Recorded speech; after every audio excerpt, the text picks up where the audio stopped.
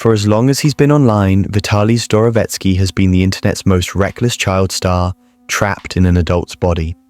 A man who thrived on chaos, he built a career on pushing boundaries, then obliterating them. Unlike other fallen YouTubers who fade into obscurity, Vitaly didn't quietly disappear. His downfall was a self-inflicted, mushroom-fueled, harassment-riddled spectacle that unfolded across live streams, lawsuits, and, ultimately, in the custody of the Philippine police. It wasn't a blaze of glory, but a chaotic implosion, as loud and predictable as the stunts that made him infamous. His story isn't just about a prankster who lost control. It's a cautionary tale of a creator who gambled everything, morals, decency, even human lives, for the fleeting thrill of going viral. And when karma finally came, it didn't just knock, it dragged him away in handcuffs, mid-live stream, for the world to see. Vitaly wasn't always the unhinged figure he became. Born in Murmansk, Russia, in 1992, he immigrated to the United States as a child, settling in Florida. His early years were marked by a restless search for identity. He dabbled in skateboarding, dreaming of turning pro, but lacked the discipline to compete. He tried fitness coaching, leveraging his physique, but couldn't build a following. For a brief, bizarre period, he even ventured into adult films, a stint he later tried to scrub from his narrative. These were the pursuits of a young man desperate for attention, chasing any path that might lead to fame. Nothing stuck until YouTube. In 2011, YouTube was a wild west of content creation, a platform where audacity could outweigh talent. Vitaly saw his chance. Armed with a cheap camera and a reckless streak, he began uploading prank videos. His early content was crude but effective, jumping into shopping carts, startling strangers, filming their reactions. It was low-stakes chaos, the kind of thing that drew chuckles from teenage viewers. But it was his 2012 Miami zombie prank that changed everything. The Miami zombie prank was simple on its surface. Vitaly, dressed as a zombie, chased strangers through Miami streets, growling and flailing. The video racked up millions of views, but its success wasn't just about shock value, it was about timing. Days before the video's release, a real cannibalistic attack in Miami had horrified the nation. A man high on bath salts had attacked and disfigured a homeless man, leaving the city on edge. Vitaly didn't just stumble into this context, he exploited it. The prank's virality was fueled by the raw fear and trauma still gripping Miami. To him, this wasn't crossing a line, it was discovering the formula. That formula, shock plus controversy equals views, became his blueprint. Moral boundaries weren't obstacles, they were opportunities. His pranks grew bolder, more invasive, more disturbing. He staged fake Russian hitman scenarios in public parks, terrifying passers-by. He pretended to assault women in front of police officers, daring them to intervene. He filmed gold digger setups, manipulating women into awkward situations for laughs. The playbook was clear: harass people, record their distress, and monetize the outrage. By 2014, Vitaly's stunts had gone global. He streaked at the FIFA World Cup in Brazil, climbed the Great Pyramids in Egypt, and racked up arrests like badges of honor. Each incident was a headline, each headline a boost to his brand. The law couldn't touch him, or so he thought. By 2016, Vitaly was a YouTube juggernaut, boasting over 10 million subscribers. His videos regularly pulled in millions of views, and his brand, Vitaly's TV, was synonymous with unhinged entertainment. He wasn't just a prankster, he was a cultural phenomenon, embodying the internet's obsession with shock value. Brands lined up to sponsor him, from energy drinks to clothing lines. His wealth grew, his ego swelled, and his stunts became more elaborate. He rented helicopters for pranks, staged fake kidnappings, and pushed the limits of what YouTube's lax moderation would allow. But beneath the bravado, cracks were forming. The internet was changing. Viewers were growing savvier, and the shock factor that once guaranteed virality was losing its edge. By 2019, Vitaly's views were declining. His audience, once loyal, was drifting to newer, fresher creators. The stunts felt repetitive, desperate even. He doubled down, chasing bigger spectacles, but the harder he tried, the more hollow it felt. The fame he'd chased for a decade was slipping away, and he was too deep in his own mythos to pivot.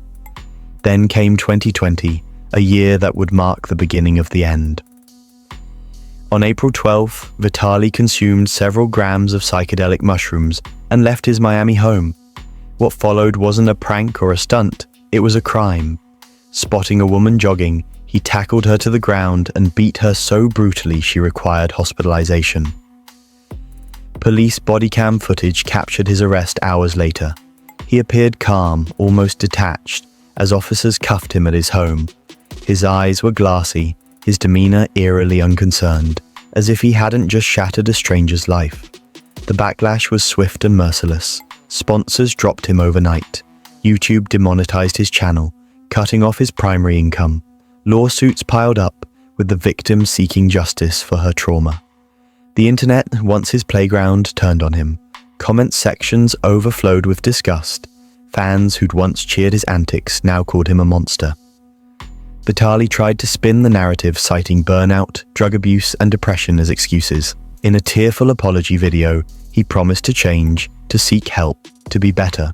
But the apology rang hollow. He never directly addressed the woman he assaulted, and his remorse felt more like regret for losing his platform than genuine accountability. In 2022, Vitaly attempted a comeback. His redemption arc video was textbook influencer damage control.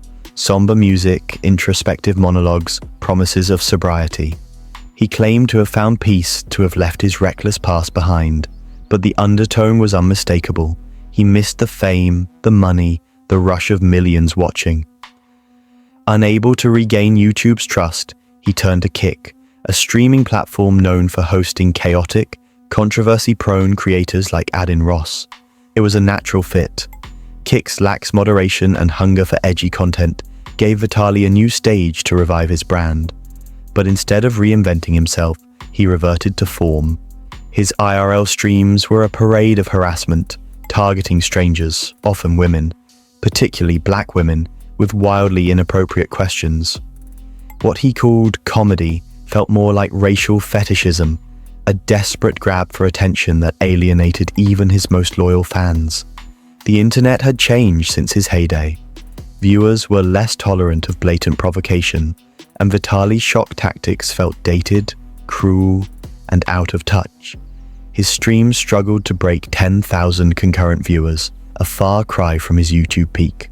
By 2024, with his relevance fading, Vitaly pivoted again. He rebranded as a predator catcher, partnering with controversial figures to stage sting operations, targeting alleged child predators. On the surface, it seemed like a noble shift, exposing dangerous individuals and protecting kids. But the execution revealed his true motives. His confrontations were theatrical, almost sadistic. He screamed at suspects, humiliated them, even forced one to kiss his feet on camera, all while begging viewers for donations. Midstream, he'd pivot from calling someone scum of the earth to promoting crypto casinos and gambling sites. It wasn't about justice, it was about monetizing chaos. Same as always, the results were reckless. One confrontation saw a suspect stripped naked on camera, a humiliating spectacle that crossed ethical lines. Kick suspended his account, citing violations of their already loose guidelines. But Vitaly was undeterred. He saw himself as untouchable, a man who could bend any platform, any country, to his will. He was wrong. In early 2025, Vitaly relocated to the Philippines, framing it as a travel vlogging adventure.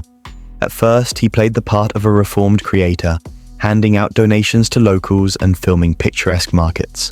But the facade didn't last. His stream, titled "Vitaly Disturbing the Peace in the Philippines," marked his return to form. What began as awkward street interviews spiraled into harassment, theft, and bizarre threats. He propositioned strangers for sexual favors, mocked impoverished vendors, and stole from small shops.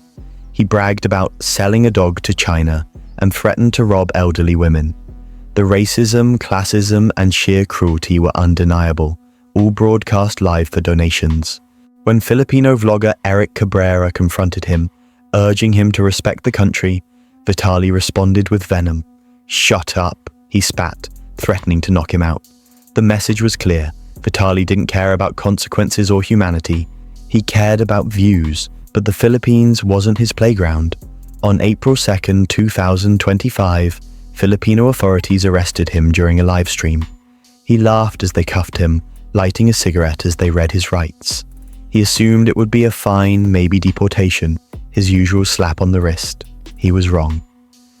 On April 7th, Filipino officials paraded him on national television, charging him with alarm and scandal, attempted theft and unjust vexation. These weren't minor offenses. If convicted, he could face decades in prison. The Philippines had drawn a line, and Vitaly had crossed it one too many times. Vitaly's story isn't a tragedy, it's a reckoning.